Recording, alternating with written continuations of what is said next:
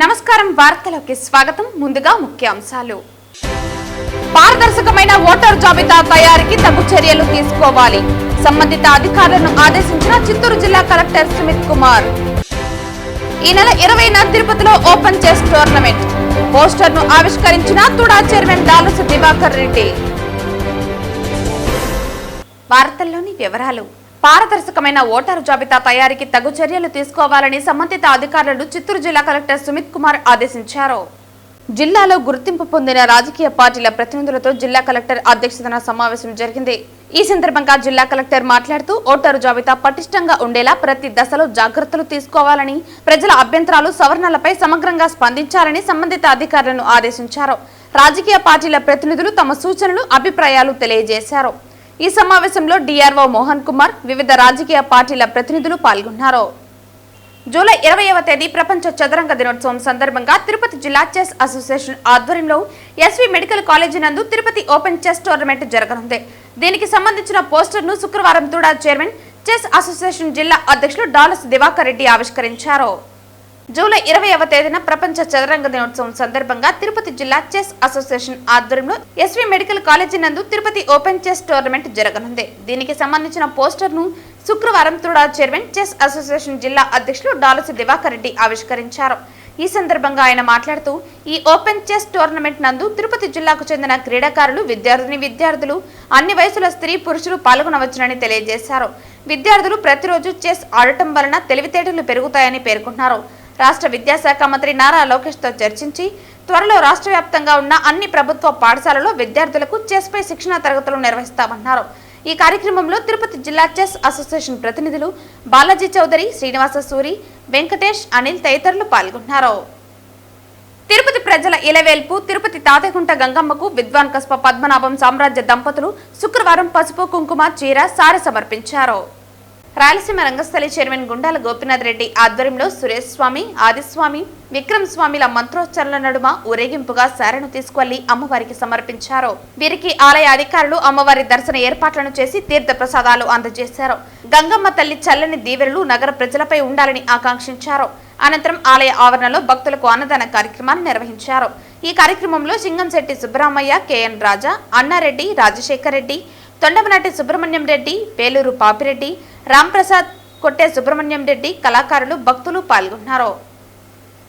పద్మనాభం. నేను నా భార్యకి ఈ మధ్య ఒక నెల నుంచి ఒళ్ళు బాగలేకుండా ఉంటే అమ్మవారి శ్రీ వెంకటేశ్వర స్వామి మాకు కులదైవము. ఆమె చెల్లెనటువంటి ఈ తాతాయగుంట చండిగంగమ్మకి మేము మొక్కున్నాము. ఆ విధంగానే మొక్కు తీర్చుకోవడానికి ఈరోజు వచ్చాను.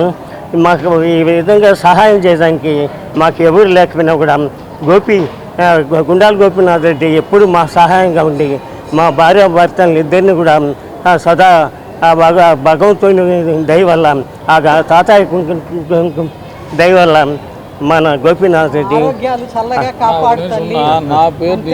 మా కుటుంబాన్ని, మా కుటుంబ పిల్లల్ని అందరినీ చల్లగా తాతాయగుంట గంగమ్మ ఎల్లప్పుడూ కాపాడుతూ ఉండాలని, ఈ సంవత్సరం కూడా ఆమె చల్లగా కాపాడి వచ్చే సంవత్సరానికి ఇంకా మా పిల్లలు వృద్ధిలోకి వచ్చి వాళ్ళు చల్లగా ఉండాలని కోరుతూ అమ్మవారికి మొక్కులు చెల్లించుకునేదానికి ఈరోజు ఆ గంగమ్మ గారికి మొక్కులు చెల్లించుకుంటూ ఉండాము.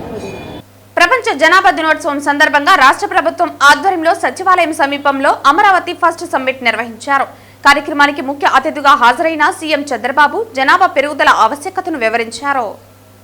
ప్రపంచ జనాభా దినోత్సవాన్ని మనం జరుపుకుంటున్నాం.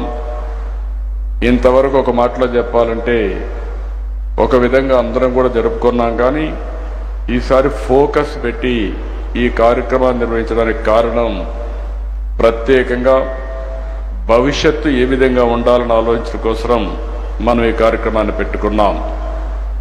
1989 జూలై 11న ప్రపంచ జనాభా 5 బిలియన్లు అంటే 500 కోట్లకు చేరుకున్న సందర్భంగా ఐక్యరాజ్య సమితి జూలై 11వ తేదీన వరల్డ్ పాపులేషన్ డేగా ప్రకటించారు.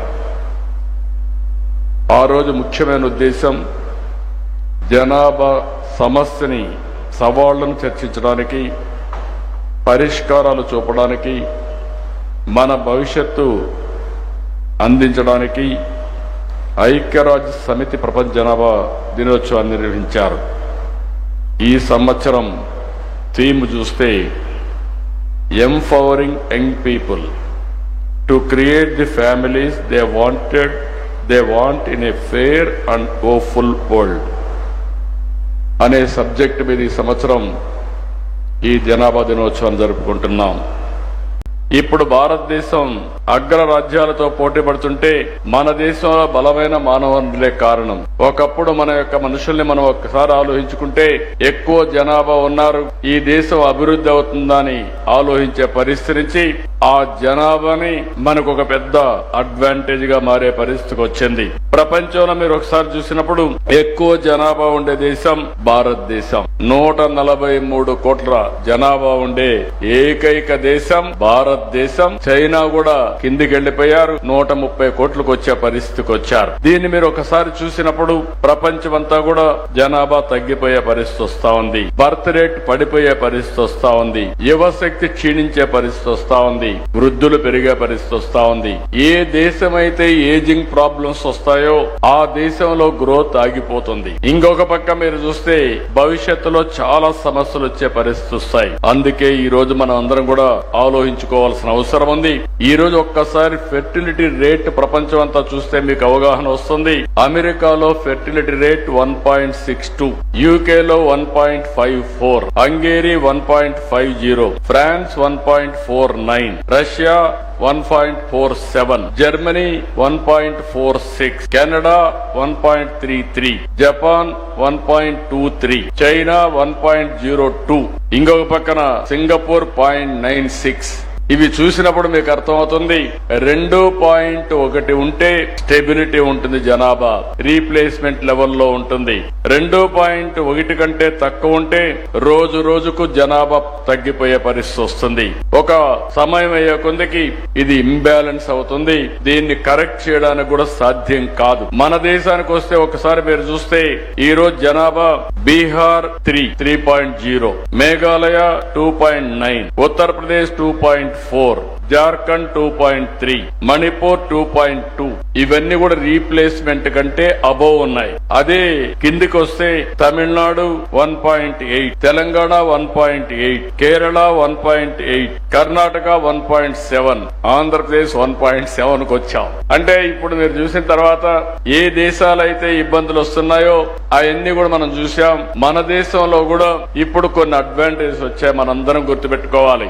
మొట్టమొదటిసారిగా ఆర్థిక సంస్కరణ వచ్చింది 1991. అదే సమయంలో 1995లో టెక్నాలజీ రెవల్యూషన్ వస్తే ఫస్ట్ మోర్ అడ్వాంటేజ్ తీసుకున్న వాళ్ళం భారతీయులు, అందులో తెలుగు వాళ్ళు. దాన్ని నేను గర్వపడుతున్నా. 25 సంవత్సరాల కంటే ముందు మనం అవలంబించిన ఐటీ వల్ల ఈ రోజు ప్రపంచంలోనే భారతీయులు నెంబర్ 1 అయితే అందులో అగ్రస్థానంలో ఉండేది తెలుగు జాతి అని ఈ సందర్భంగా మీ అందరికీ గుర్తు చేస్తున్నాను. గురు అనుగ్రహం వలన భగవంతుడు సైతం ప్రసన్నమవుతాడని, గురువును సేవించడం చేత సకల పాపాలు తొలగిపోతాయని, ఎటువంటి విద్య అయినా గురు మహతా నేర్చుకుంటేనే దాని సంపూర్ణ ఫలితం కలుగుతుందని శతావధాని ప్రవచనకర్త భరత్ శర్మ తెలియజేశారు. తిరుపతి శ్రీ గోదండ రామాలయ ఉత్తర మాడవీధిలో గల జగద్గురు శ్రీ శృంగేరి శంకర మఠంలో గురు పౌర్ణమి సందర్భంగా గురువారం సాయంత్రం శ్రీ సత్యనారాయణ స్వామివారి వ్రతం అనంతరం శతావధాని ప్రవచనకర్త ఉప్పలదడియం భరత్ శర్మచే గురు ప్రాముఖ్యతపై ప్రవచనం నిర్వహించారు. ప్రవచనకర్త ఉప్పలదడియం భరత్ శర్మచే గురు మహత్యం, గురువును సేవించడం ద్వారా కలిగే ఫలితం, వేదవ్యాస మహర్షి గొప్పతనం, శిష్యులు గురువులను గౌరవించవలసిన తీరు, శృంగేరిపీఠ జగద్గురువుల పరంపర వైభవం, దేవి భాగవతంలో గురు వైభవాన్ని తెలిపే వృత్తాంతం మొదలైన విశేషాలను ప్రవచించారు. జగద్గురు శ్రీ భారతీ తీర్థ స్వామి, శ్రీ విధుశేఖర భారతీ స్వామి వార్ల ఆశీస్సులతో ధర్మాధికారి రాళ్లపల్లి రామ్మూర్తి ఆధ్వర్యంలో శృంగేరి శంకరమఠం తిరుపతి శాఖ అధ్యక్షులు మనోహర్, మేనేజర్ నడింపల్లి కృష్ణ పర్యవేక్షణను శ్రీ సత్యనారాయణ స్వామి వారి వ్రతం మరియు శతావధాని ప్రవచనకర్త ఉప్పలదడేం భరత్ శర్మచే గురు పౌర్ణమి ప్రాముఖ్యతను, ప్రవచన కార్యక్రమాలు, ఆహుతులలో ఆధ్యాత్మిక చింతనను, భక్తి భావాన్ని ఇన్వడింపజేశాయి. గురు పౌర్ణమి కార్యక్రమాల్లో భక్తులు విశేషంగా పాల్గొని గురు కృపకు పాత్రులయ్యారు. ఈ కార్యక్రమంలో జగద్గురు శ్రీ శృంగేరి శంకరమఠం తిరుపతి శాఖ సభ్యులు Krishnamurthy, Purnachandrarao, Surabhi, Murali, Krishnateja channel manager Tiruttani Krishna Reddy, Chandrasekhar, psychologist doctor Sudhakar Reddy, Rayalaseema Rangasthali chairman Gundala Gopinath Reddy, కార్యదర్శి కెఎన్ రాజా తదితరులు పాల్గొన్నారు. పౌర్ణమి గురువారం వచ్చింది.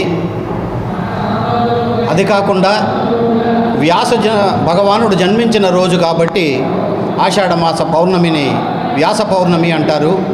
అందులో గురువారం వచ్చింది. చాలా విశిష్టమైన రోజు ఈరోజు.